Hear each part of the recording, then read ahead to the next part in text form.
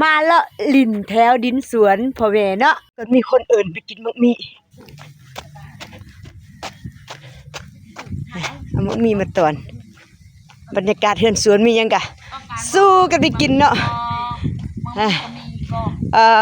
มักมีเฮาก็มีของตอนมาตอนเดี๋ยวไปเบิ่งนำกันกินเองเด้อนี่เด้อผู้หน่วยใหญ่ไปแต่เสร็จเนาะมื้อนี้เฮาก็มีของตอนนี่มักลิ้นจีกินนำกันบ่อร่อยบ่อร่อยจ้ะหวานเจี๊ยบเลยอันนี้ก็ของเซอร์ไพรส์พ่อแม่เดี๋ยวไปเบิ่งนำกันอย่าจะ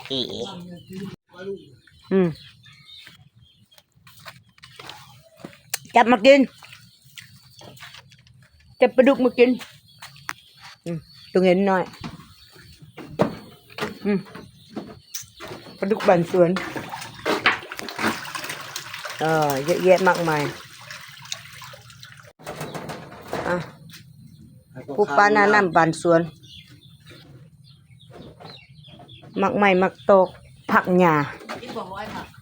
มีหอยจ้าบรรยากาศเพื่อนสวนแม่จะเอาหอยให้กินผู้หอยนี่เขานี่แซ่บสรีทองยันมันตอนไปลวกกันแจวเยอะมังกรก็มีแม่เก็บหอย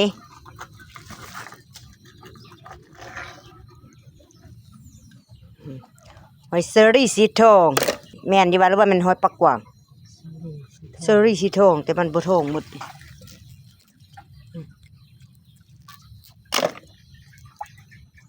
เก็บหอยไปกินมื้อนี้ไฟดับเนาะแม่ดังไฟอยู่นอกแล้วครับไปเบิ่งผักมีผักอันใดๆผักปังหรือปุ๊หมักบวบเนาะเป็ดไก่เด้อ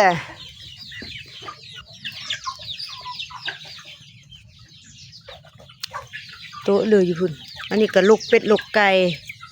พอเกือบเป็ดเกือบไก่ผักปัง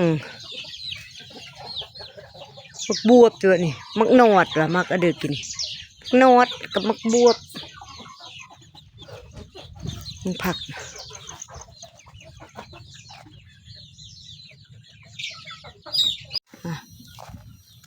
กินหอยจำเจวปลาดุกก็ได้กินอยู่ปลาดุกอะเฮ้ยได้กินแล้วจะเอาปลาดุกไปกิน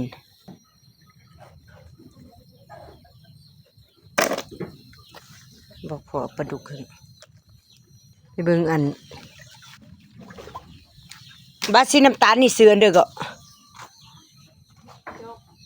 บักจอกว่ะบักกระจอกบักจอกบักสีขาวอันเด้บักสีขาวคือบักโจกบักสีน้ำตาลเด้บักโจกกับอีจอกจังมันหมดสื่อใส่เนาะบักโจกกับอีจอก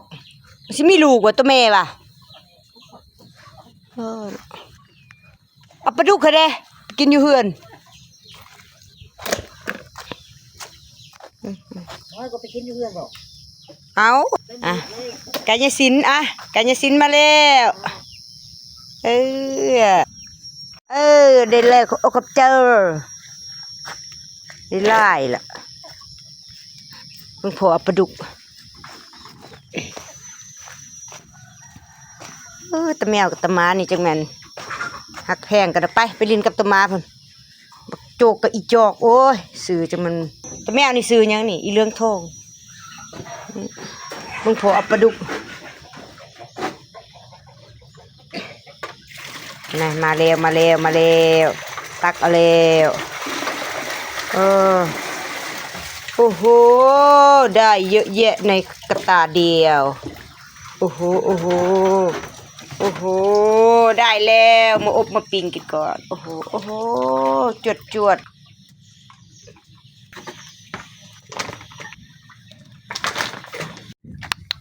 ไปกันไปเลาะลินกันบ่ไหวน้ำเว้อไปเลาะลินกันบ่มาเว้อกิ๊บ่ว่าเว้อ นี่เล่นน้ำอีกไปเล่นป่าไปเที่ยวป่าไปมาทางนี้มาทางนี้มาทางนี้มาทางนี้เ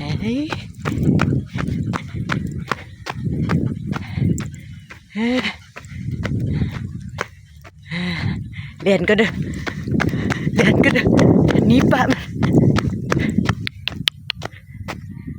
มาอยู่ปะอะไรที่มาน่ะว้าวไปเอาไปอย่าโดดไอ้เจ๊กิ๊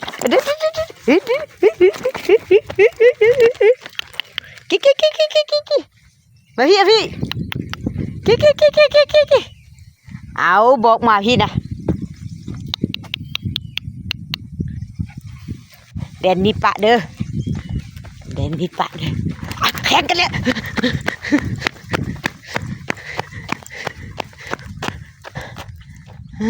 ดินก็จะบุกเบิกไม้เก็บมาตั้งเฮือนเนาะ